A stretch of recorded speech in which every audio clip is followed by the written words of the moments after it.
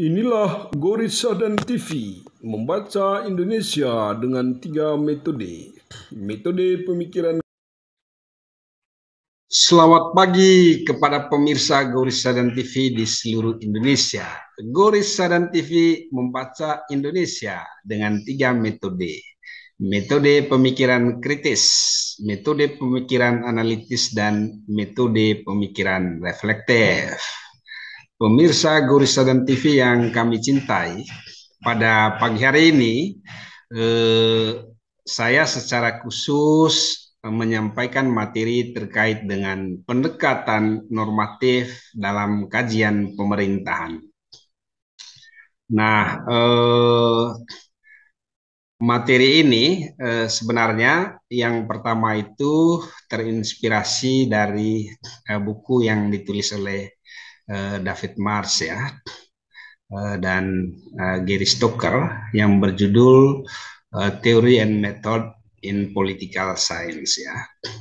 Kemudian yang kedua, satu semester ini saya diminta untuk mengasisten atau membantu Dr. Supardal untuk mengajar tentang metodologi ilmu pemerintahan di program pasca sarjana ilmu pemerintahan di Sekolah Tinggi Pembangunan Masyarakat Desa ya. Nah, terkait dengan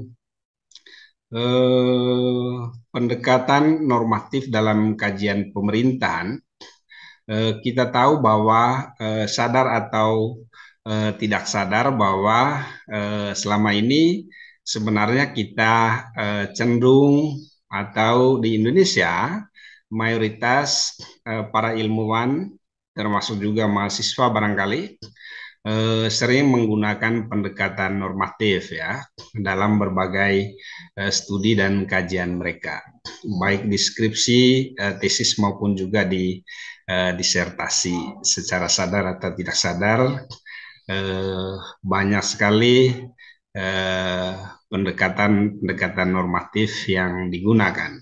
Nah, sebenarnya apa sih yang dimaksud dengan pendekatan normatif itu? Nah, pendekatan normatif itu adalah pendekatan yang berbasis kepada 5 hal ya. Hal yang pertama itu adalah dia berbasis kepada nilai, ide, gagasan, misalnya keadilan sosial, kesejahteraan, demokrasi, kebijakan, dan lain-lain sebagainya. Itu semua merupakan adalah nilai ya, termasuk toleransi, peradaban. Itu adalah nilai-nilai yang sebenarnya tidak hanya diproduksi oleh masyarakat, tetapi juga diproduksi oleh para intelektual ya. Dan pendekatan normatif dari aspek nilai ini, terutama dari aspek gagasan, itu terbentang ya dari Plato sampai dengan saat ini ya. Pendekatan normatif ini merupakan pendekatan yang paling sering digunakan dalam berbagai macam kajian di Indonesia atau di banyak negara ya. Misalnya kajian terhadap konstitusi ya, kemudian kajian terhadap demokrasi dan lain-lain sebagainya, yang nanti mungkin bisa disinggung lebih panjang lebar ya. Kemudian yang kedua, pendekatan normatif ini adalah pendekatan yang berbasis pada tradisi, pada adat istiadat ya. Mungkin di dalam pemerintahan itu ya lebih dikaitkan dengan code of conduct ya, atau kode etik penyelenggaraan pemerintahan ya. Kode etik penyelenggaraan pemerintahan ini mungkin ada pada semua lembaga negara ya, atau lembaga pemerintahan. Kalau kita menyebut lembaga negara itu ada 3, yaitu legislatif, eksekutif, dan yudikatif ya. Nah, kemudian yang ketiga, pendekatan normatif juga adalah pendekatan yang berbasis pada prosedur ya, pada sistem. Ya, misalnya prosedur demokrasi atau sistem sosial ya, sistem-sistem nilai yang ada di dalam masyarakat ya. Termasuk juga ya sistem kepartaian dan pemilu ya.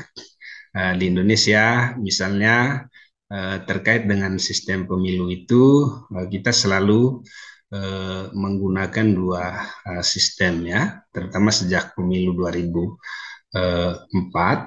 Jadi kita menggunakan sistem pemilu proporsional untuk memilih anggota DPR atau anggota legislatif, sedangkan kita menggunakan sistem distrik ya, dengan model perwakilan berimbang ya, di mana setiap daerah pemilihan itu ditetapkan 4 perwakilan dari setiap provinsi ya di Indonesia.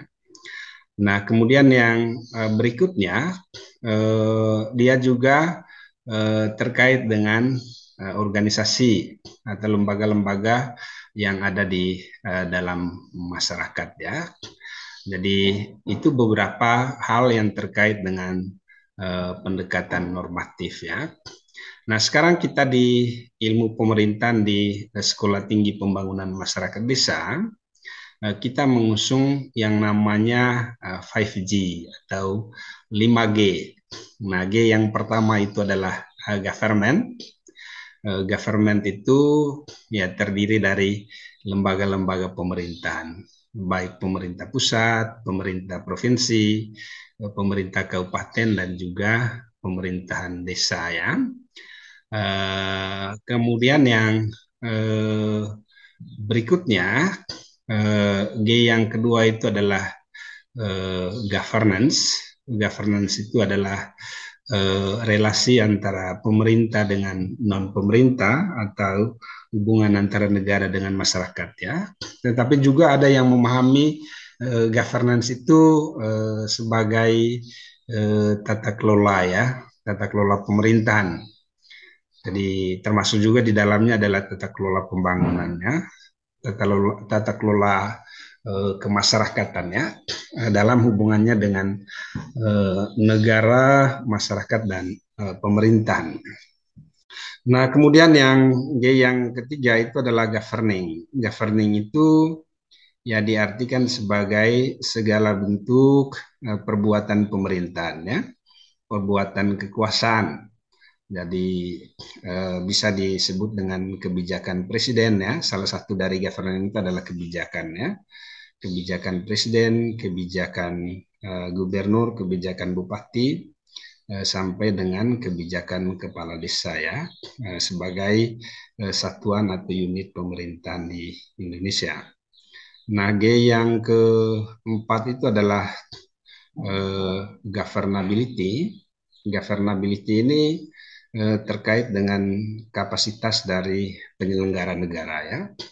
Jadi kapasitas dari birokrasi, kemudian kapasitas dari legislatif ya, termasuk juga kapasitas dari yudikatif ya, sebagai bagian dari unsur penyelenggaraan negara ya. Jadi ada 3 lembaga yang sebenarnya secara eksis itu menyelenggarakan negara setiap hari itu, yaitu eksekutif, legislatif, dan yudikatif ya. Nah, dan yang kelima itu adalah governmentality ya. Nah, governmentality ini berasal dari pemikiran Foucault ya, di mana Foucault memahami governmentality itu sebagai relasi antara kekuasaan dengan pengetahuan ya. Nah, bagi Foucault, misalnya selalu ada interaksi atau selalu ada relasi antara pengetahuan dan kekuasaan. Nah, dan banyak kekuasaan itu yang dibentuk berdasarkan pengetahuan ya, dan banyak pengetahuan itu yang digerakkan atau perlu digerakkan dengan membutuhkan kekuasaan ya. Jadi kekuasaan menggerakkan pengetahuan, kemudian pengetahuan membentuk kekuasaan ya. Nah, 5J ini atau 5J ini kita menggunakan pendekatan normatif ya di dalam berbagai macam kajian ya. Nah, yang pertama misalnya adalah tentang government ya.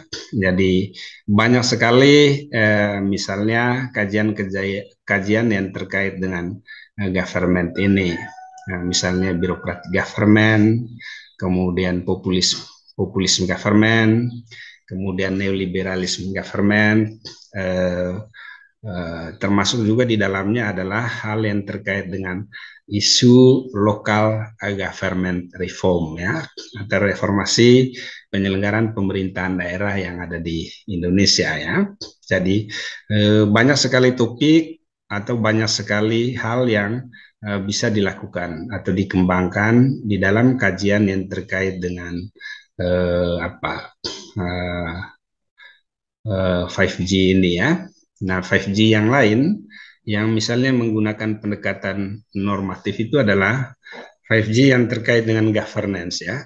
Governance itu lebih banyak berhubungan dengan nilai ya, nilai-nilai yang dikedepankan atau yang menjadi faktor penggerak ya, faktor pendukung penyelenggaraan pemerintahan. Misalnya salah satu isu yang berkembang di Indonesia sejak tahun 2000 itu adalah menggeser ya paradigma di dalam melihat pemerintahan itu.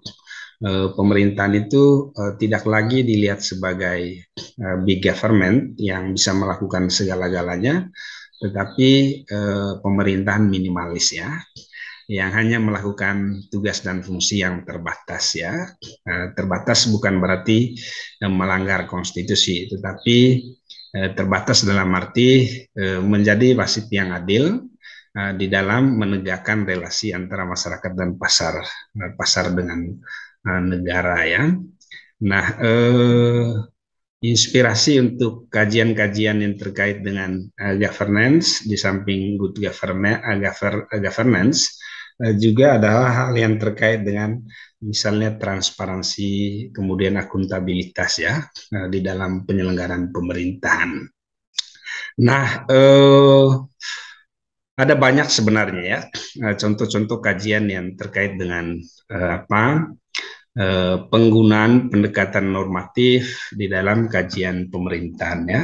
Misalnya buku kami, 3 buku kami yang terakhir itu penuh dengan atau didominasi dengan pendekatan normatif ya. Misalnya buku kami terkait dengan Desa Kuat Negara Berdaulat ya. Jadi itu penuh dengan pendekatan normatif. Kemudian juga buku yang kedua adalah oligarki dan klientelisme dalam Pilkada Serentak 2020. Itu juga didominasi oleh pendekatan normatif. Dan buku yang ketiga itu adalah buku tentang membongkar mafia dan oligarki dalam pemilu 2019 ya. Jadi 3 buku ini adalah buku yang sebenarnya syarat dengan dominasi penggunaan pendekatan normatif di dalam kajian atau di dalam studi pemerintahan. Demikian saja pemirsa Gorisadan TV yang kami cintai. Salam hangat, selalu sehat, dan tetap membaca untuk Indonesia yang lebih cerdas. Terima kasih.